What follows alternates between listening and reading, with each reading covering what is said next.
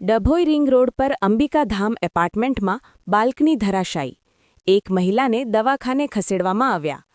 વડોદરા શહેરના ડભોઈ રોડ સ્થિત સોમા તળાવ વિસ્તારમાં દુર્ઘટના સર્જાઈ હતી.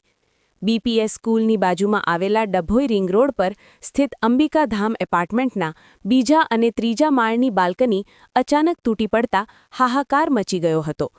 ઘટનાની જાણ થતાં જ ફાયર બ્રિગેડની ટીમ તાત્કાલિક ઘટના સ્થળે દોડી આવી હતી અને બચાવ કામગીરી હાથ ધરવામાં આવી હતી.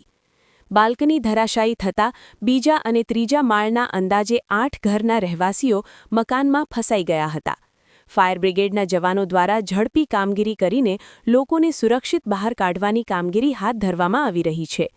પ્રાથમિક માહિતી મુજબ આ દુર્ઘટનામાં એક મહિલાનું મોત થયાનું જાણવા મળ્યું છે.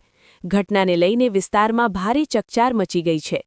ફાયર બ્રિગેડ અને સ્થાનિક પ્રશાસન દ્વારા વધુ તપાસ હાથ ધરવામાં આવી રહી છે. लगभग 8:30 पौना 9 વચ્ચે બની હશે. 9 વચ્ચે સમજો ને. હું તો જોબ પરથી આવી અને ઘરમાં ખુરશી પર બેઠી ટીવી જોતા હતા. એટલામાં સનસન અવાજ આવી ગયો તો મેં કીધું શું થયું તો તરત જ લાગ્યું કે આ પડી ગયું. ડર કેટલો લાગતો હતો? કેવી રીતે રેસ્ક્યુ કરાવ્યું? એ તો પહેલાં દોરી બાંધીને કાઢ્યું લોકોએ. કેટલો સમય લાગ્યો? કે શું પરિસ્થિતિ શું હતી ઉપર?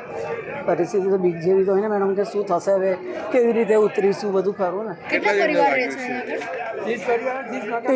30 મકાન છે આમાં. કોઈને ઈજાઓ પહોંચે છે? કોઈને હવે એ કશું ખબર નહીં, અમે તો ઘરમાં હતા. બિલકુલ. આપનું નામ? પ્રાપ્તિ પવાર. ઓકે. 7:30. હા આવ્યો અને એ લોકોએ મદદ કરી અમને. અમારા બધા માણસો ફસાયા અમે ઉતાર્યા.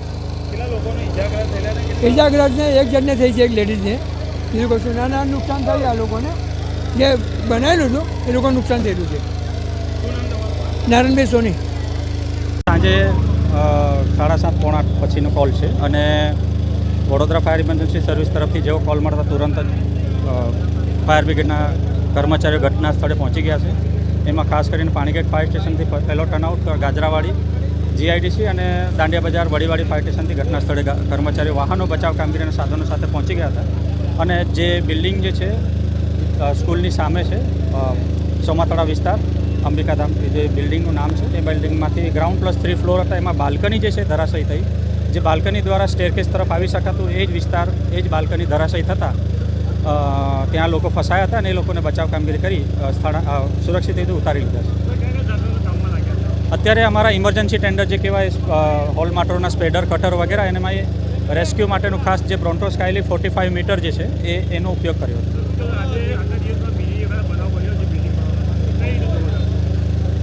બીજી વખત આ જે કોલ મળ્યો, બેવ બિલ્ડિંગ જે છે જૂની જર્જરિત દેખાવા મળી છે.